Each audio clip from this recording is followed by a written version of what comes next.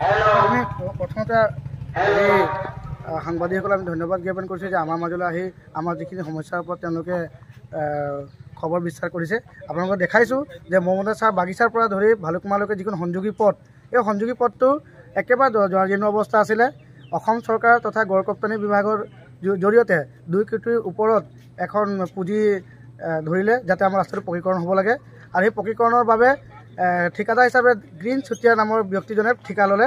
কিন্তু ঠিকাদাৰজনে এনেকুৱা গাফিলতি তথা দুৰ্নীতি কৰিলে যি নেকি 2 কোটি ৰাস্তাটো 2 কোটিৰ জেগাত হয়তো 1 কোটিয়ে তেওঁলোকে ইউজ কৰা নাই, বাকী টকাখিনি হয়তো আত্মসাৎ কৰিছে। কাৰণ আপোনালোকে দেখিছে যিটো পকা ৰাস্তা আমি হাতেৰে উভা ল'বলগীয়া হৈছে, ইয়াত না কটাৰী না কোৰ না অন্যান্য কিবা সঁজুলি ল'বলগীয়া হৈছে, মাত্ৰ আমি হাতেৰে উঠাই দিবলগীয়া হৈছে। এনেকুৱা পকা ৰাস্তা, এটা পকা ৰাস্তাত কেনেকুৱা ৱেট থাকিব লাগে সেই ৱেটৰ হিচাপত একোৱেই নাই। য'ত যিমান মেটেৰিয়েলছ থাকিব লাগে, যিমান গিটি থাকিব লাগিব, সেইটো হিচাপত ইয়াত পৰা নাই। নাই ছাইড বাম্প কৰিছে, নাই পলিচ কৰিছে। মুঠতে আমি ক'বলৈ গ'লে ৰাস্তাটো তেওঁ যধে মধে কৰি একদম জবকাৰ্ডৰ কামৰ নিচিনা যধে মধে কাম কৰি তেওঁলোকে ওলাই গৈছে। গতিকে আমি খুব দুখ প্ৰকাশ কৰিছোঁ এনেকুৱা এজন ঠিকাদাৰ, যিজন ঠিকাদাৰে 2 কোটিৰ নামত 1 কোটি কাম নকৰি গোটেই টকাখিনি হয়তো তেওঁ আত্মসাৎ কৰিছে।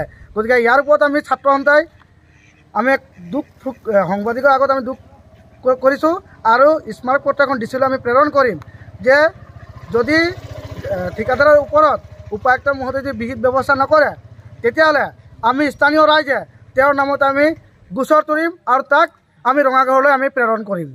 আৰু যদি আমি ৰাইজে দৰকাৰ হ'লে এই ৰাস্তাখন আমি হাতেৰে উভালি গোটেই ৰাস্তাখন আমি চূণমান কৰিব দিবলৈ বাধ্য হ'ম।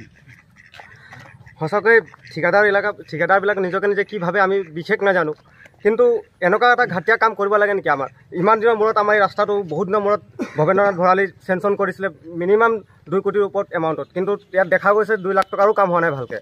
আমি ইমান কোৱাৰ স্বত্তেও আমাৰ কথাবিলাক গুৰুত্ব নিদিয়ে। গতিকে আমি বাৰম্বাৰ বেছি কথা নকওঁ, আমি তেখেতক এটা অনুৰোধ কৰোঁ, যেনেকুৱা য'ত গাফিলতি কৰিলে আহি পেলাই ভালকৈ আমাক আৰু এগেইন ৰাস্তাখন ভালকৈ ঠিককৈ কৰি দিয়ক। আমি বেছি বহল নকৰোঁ, কাৰণ যিহেতু বেছি বহলীয়া কৰিব যাব নিবিচাৰোঁ।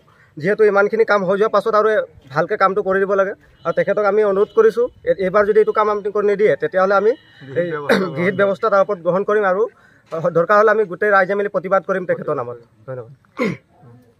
হয়, আপোনালোকে নিশ্চয় দেখিছে ৰাস্তাৰ পৰিণতি আপোনালোকে দেখিবলৈ পাইছে। যিটো মহবন্ধাৰ পৰা চাংচোৱা ভালুকমাৰা সংযোগী পথ, ইয়াত গ্ৰীণ চেতিয়া নামৰ ঠিকাদাৰ এজনে এইটো কণ্টেক্ট লৈছিলে, আৰু কণ্টেক্ট লোৱাৰ পিছতে 1 মাহ আগত নিৰ্মাণ হোৱা পথ আজি 1 মাহৰ পিছত আমাৰ স্থানীয় ৰাইজে মিলি হাতেৰে ধৰি এনেকৈ উঘালি দিব পাৰিছে। ইয়াৰ পৰা আমি এটাই কথা জানিব বিচাৰিছোঁ, যি 2 কোটি 47 লাখ নে কিবা এটা এমাউণ্ট আছিলে, তাৰ খুব কম এমাউণ্ট এটা আমাৰ এইটো পদত লগাই তাৰ নিজৰ পকেট গৰম কৰি আৰু ইয়াৰ পৰা এতিয়া তেওঁ গুচি গৈছে, আৰু পিছত স্থানীয় ৰাইজে যি হৈ যাব তাৰ এইটো একো আপত্তি নাই। ইয়াৰ সংবাদ মাধ্যমৰ আগত মই ক'ব বিচাৰিছোঁ ভৱেন্দ্ৰনাথ ভৰালীদেৱক যে অনাগত দিনবিলাকত আমাৰ এই এলেকাবিলাক গ্ৰীণ চেতিয়া নামৰ ঠিকাদাৰজনক এনেকুৱাবিলাকৰ কাম নিদিব, আৰু অনাগত দিনত যদি গ্ৰীণ চেতিয়াক যদি এনেকুৱা কামবিলাক আপোনালোকে দিয়ে তেতিয়াহ'লে স্থানীয় ৰাইজে তাৰ ওপৰত বিহিত ব্যৱস্থা লওক, আৰু দৰকাৰ হ'লে আমি আন্দোলন কৰিম। আৰু আজি যি এইটো পথৰ বাবে আমি জিলা উপায়ুক্তৰ ওচৰত ন্যায় বিচাৰি যাম, ন্যায় দিলে আমি ভাল পাম, আৰু নহ'লে অনাগত দিনবিলাকত তীব্ৰ আন্দোলন কৰিম। ধন্যবাদ।